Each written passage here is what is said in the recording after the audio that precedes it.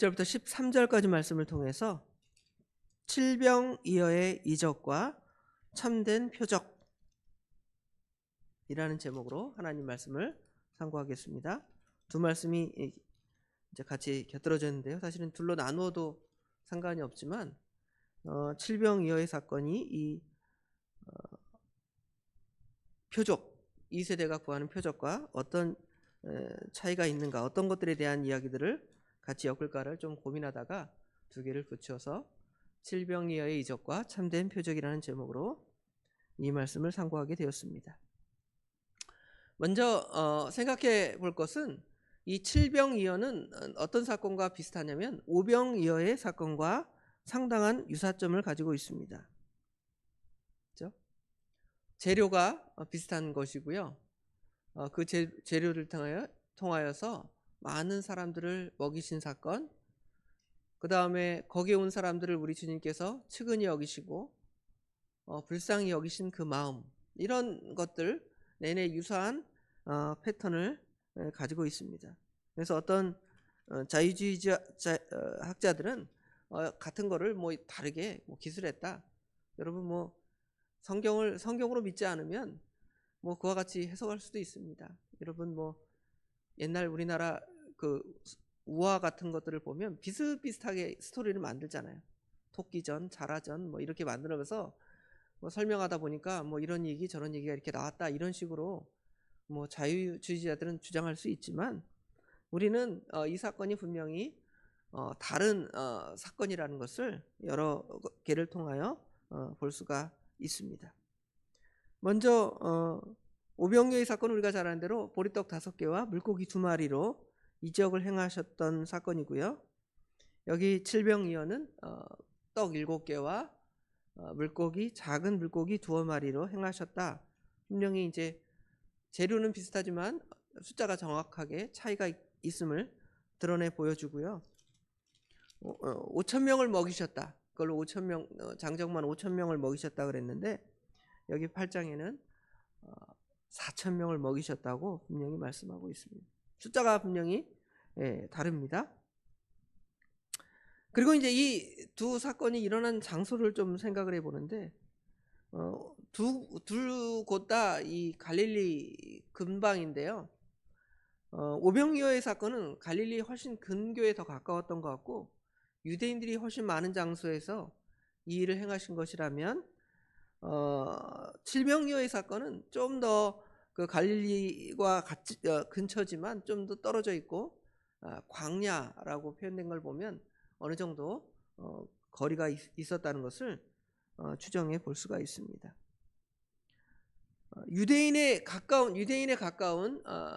뭐랄까요? 갈릴리 지역에서 행해진 오병이어의 사건이라면 예수님께서 이 오늘 8장 전후에 보면 이방 지역을 주로 다니셨잖아요. 우리가 잘 아는 대로 여기 수로보니게 여자의 병을 고치신 사건은 아예 그 두로 지방에서 행하고 두로와 시돈, 갈릴리 근방에서 왔다 갔다 하시면서 이방 지역에 가까운 광야 지역에서 오늘 칠병이어의 이적이 행해진 사건을 볼 수가 있습니다.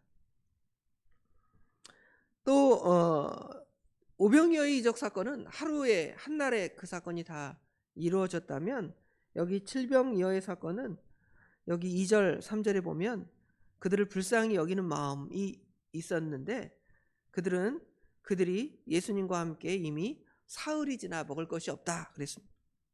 그리고 그들이 여기서 먹을 것을 먹지 못하면 기진할까 두렵다. 분명히 이제 그 시간적인 그런 간격도 우리가 분명히 이 말씀을 통해 유추해 볼 수 있고요. 더 명확한 것은 예수님께서 여기 8장 19절에 보면 뭐라고 말씀하시냐면 내가 떡 5개로 5,000명에게 떼어줄 때에 몇 조각의 바구니를 거두었느냐 이르되 12이니이다. 또 7개를 4,000명에 떼어줄 때에 조각 몇 광주리를 거두었더냐 이르되 7입니다. 예수님께서 이 사건이 같은 사건을 뭐 이렇게 비슷하게 어떤 믿지 않는 자들 좀 비신앙인들처럼 생각하는 자유주의 학자들이 주장하는 것처럼 말했다면 예수님께서 이 사건을 둘로 따로 표현해서 말하지 않았기 때문에 분명히 이 두 사건은 우리가 아는 대로 다른 사건임을 유추해 볼 수가 있습니다. 그러면 이제 이 칠병이어 사건이 우리에게 주는 교훈들이 무엇이 있겠을까를 몇 가지로 살펴보겠습니다. 이 사건은 아까 두 개를 비교해 생각해 볼 때 첫 번째로 생각할 것은 이 이적은 이방인들을 위하여 행하신 이적이라고 생각해 볼 수가 있습니다. 오병이어의 이적은 유대인들과 상당한 관련이 있습니다. 예수님께서 이 오병이어 이적을 행했을 때 유대인들이 예수님을 무엇 삼으려 했습니까? 왕 삼으려고 했죠. 이걸 보면 이것들은 분명히 유대인들과 상관이 있다는 걸 생각해 볼 수가 있고요. 이 놀라운 그 이적을 보았음에도 그저 예수님을 떡을 먹고 배부른 까닭에 다시 찾아오니까 예수님께서 그들에게 말씀하시기를 너희가 나를 찾는 것이 떡을 먹고 배부른 까닭이라. 그러면서 예수님께서 썩을 양식을 위하여 일하지 말고 영생하도록 있는 양식을 위하여 일하라. 그리고 그 일은 즉 하나님의 일을 하는 것인데 나를 믿는 것이다. 그렇게 말할 때 그들이 뭐라고 말하냐면 이거 과거에 우리 조상들이 그 광야에서 만나를 먹었다. 그것처럼 너도 우리에게 그런 어떤 표적을 보여줄 수 있느냐? 뭐 이런 식으로 예수님께 계속 따지고 묻는 걸 보면 분명히 그 요한복음 6장의 말씀과 링크된 걸 보면 그 오병이어의 이적 사건은 굉장히 그 유대인과 상관되어진 것들을 생각해 볼 수가 있습니다. 특별히 예수님께서 그 마가복음 6장에 보면 그 오병이어의 이적을 행할 때 뭐라고 말씀하시냐면 목자 없는 양 같다 그랬죠. 목자 없는 양 같은 이미지는 그 유대인과 이스라엘의 그 이미지를 굉장히 추정해 볼 수 있음을 우리가 알 수가 있습니다. 그에 비해서 칠병이어의 사건은 아까 말한 대로 그 이방인 국경 지역 두로 시돈이나 또 갈릴리에서 왔다 갔다 하면서 이방인들과 굉장히 상관된 그런 이미지들을 볼 수가 있죠. 스로보니게 여인 사건이 이 사건 전후에 있었던 것을 생각해 볼 수가 있습니다. 이것은 우리 예수님께서 생명의 떡이 되시는데 생명의 떡이 유대인에게만 생명의 떡이 아니라 모든 이방인들에게도 우리의 생명의 떡 되심을 설명해 주고요. 그러니까 유대인들에게만 이해되어지는 그 오병이어의 사건이 아니라 이방인들에게도 이 칠병이어의 사건을 통해서 하나님께서 그들에게도 하나님의 은혜를 베풀어 주시는 것들을 생각해 볼 수가 있습니다. 또 차이점은 뭐냐면 그 예수님께서 이적들을 행하신 다음에 그 남은 것들을 모아두시죠. 남은 것들을 모아두시는데 그 아까 8장 18절, 19절, 20절에 보면 그 남은 조각들을 바구니라고 표현했죠. 12바구니. 그렇죠? 그 다음에 20절에는 7 광주리 그랬죠. 그러면 우리가 생각하는 대로 바구니와 광주리는 크기 차이가 있습니다. 바구니는 작은 개념이라면 광주리는 큰 개념이라고 분명히 학자들은 알고 있는데요. 거기에다 더 생각해 볼 것은 이 바구니라는 것은 유대인들이 쓰는 그런 어떤 그 뭐랄까요 그릇, 뭔가를 담는 그릇 정도의 개념들을 여기 지금 바구니라는 단어로 사용했다 그래요. 그 언어적 의미로 보면. 그 다음에 광주리는 그냥 이방 사람들이 드는 큰 뭐 그냥 이것저것 막 담을 수 있는 큰 바구니 개념으로 생각을 해보면 분명히 이 사건들이 상황과 또 대상들이 분명히 다르고 우리 주님께서는 하나님의 은혜를 유대인에게만 베풀어 주신 것이 아니라 이방인에게도 베풀어 주신 것들을 이러한 사건 배경을 통해서 우리가 유추해 볼 수가 있습니다. 유대인의 하나님만 되시는 것이 아니라 우리 예수님께서는 이방인의 하나님도 되신다라는 것을 우리에게 이 사건을 통해서 보여줍니다. 두 번째로 생각해 볼 수 있는 것은 우리가 뭐 예수님의 마음은 측은히 여기는 마음은 내내 같습니다. 불쌍히 여기는 마음, 측은히 여기는 마음은 내내 같지만 우리 예수님께서 어떤 마음으로 이 측은히 여겼다는 것을 생각해 볼 수가 있냐면 그 마가복음 6장에 등장하는 오병이어 다음에는 예수님께서 그 무리를 보시고 목자 없는 양 같은, 그렇죠? 마치 부모를 잃어버린 이 굉장한 그 심리적인 개념으로 이 마가복음의 6장에는 쓰였다면 마가복음 8장에는 여기 보니까 무리를 불쌍히 여겨 이르노라 그들이 나와 함께 있은지 이미 시간적으로 사흘이 지났고요. 먹을 것이 없도다. 만일 내가 그들을 굶겨 집으로 보내면 그들이 기진하리라. 이랬죠? 굉장히 이제 육체적인 개념과 같죠. 지금 먹지 않아서 굶어 죽는다의 개념.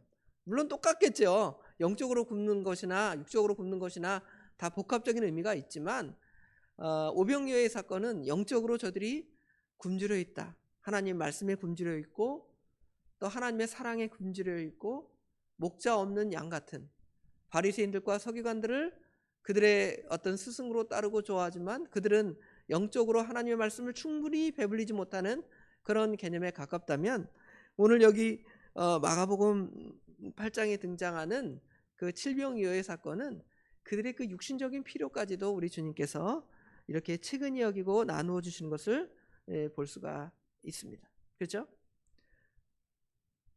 그래서 예수님께서 우리에게 그 영적인 그런 양식들 뿐만 아니라 육신의 양식도 충분히 나누어 주시는 우리 예수님을 분명히 볼 수가 있어요.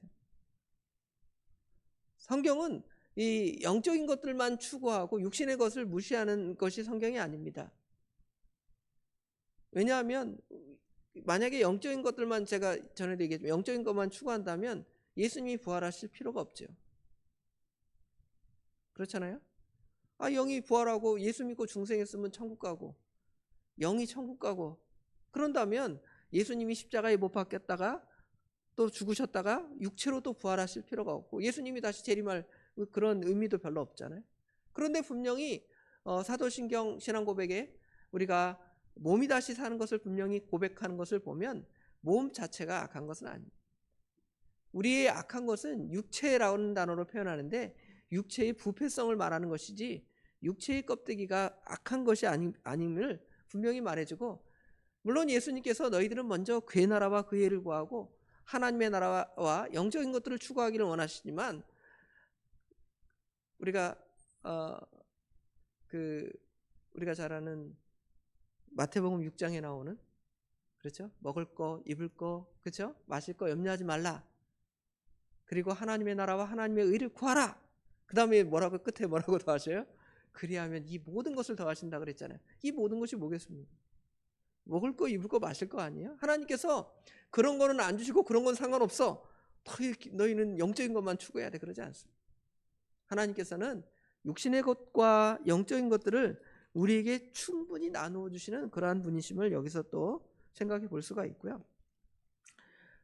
제목을 칠병의 이적과 참된 표적이라 그랬는데 여기서 또 뭐 저희 통찰력은 아니지만 주석들의 그 내용을 보면 그 유대인들이 굶주린 그 하루의 개념과 오늘 여기 지금 이방인들이 생각하는 그 사흘간의 그 기진함, 사흘 동안 먹지 못하는 기진함은 우리 예수님의 그 십자가의 대속과 부활의 개념들로 링크시키는 그런 책들이 있더라고요. 그래서 여기 뒤에 보면 표적을 나오잖아요.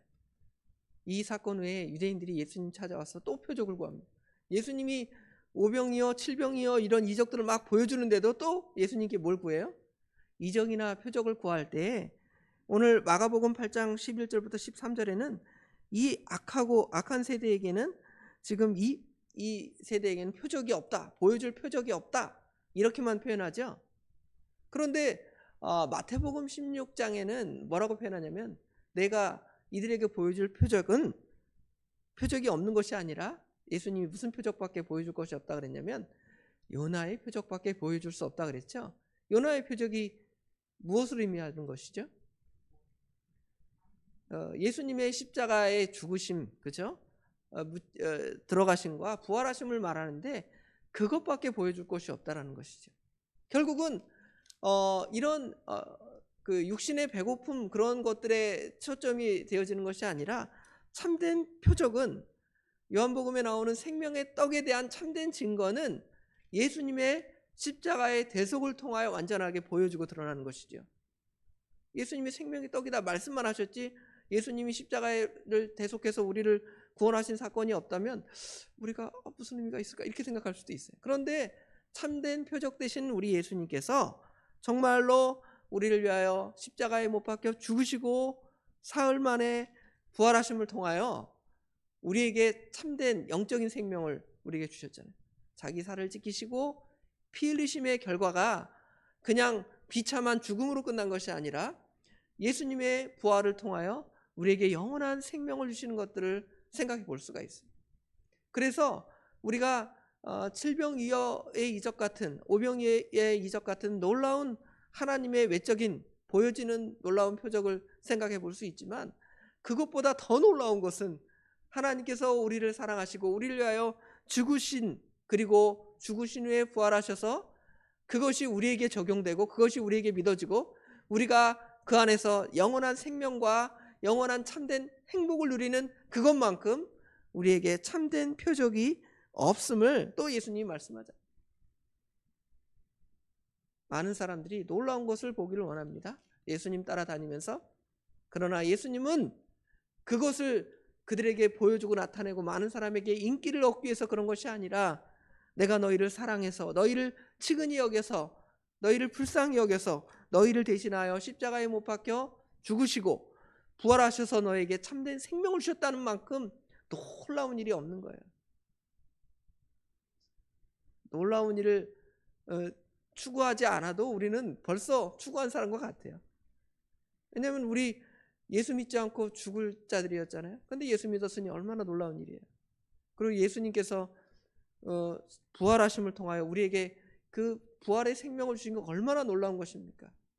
이 은혜를 깨닫고 이 은혜에 감사하는 참된 표적을 찾는 참된 표적 안에 거하고 그 은혜에 감사하는 저와 우리 도봉의 모든 성도들이 되기를 주님의 이름으로 축원합니다. 기도하겠습니다. 아버지 하나님, 은혜와 사랑을 진심으로 감사합니다. 오늘도 저희들의 단잠을 깨우사 이렇게 추운 날씨지만 이제 겨울 초입에 들어서 점점 날씨가 추워져 가지만 그로 인하여 하나님을 만나고 우리 예수님을 만나는 것이 소홀히 되어지는 것이 아니라 이러한 가운데도 그럼에도 불구하고 주님께 나와 기도하며 주님을 찾을 수 있도록 우리에게 믿음과 복된 은혜를 주신 것 참으로 감사합니다.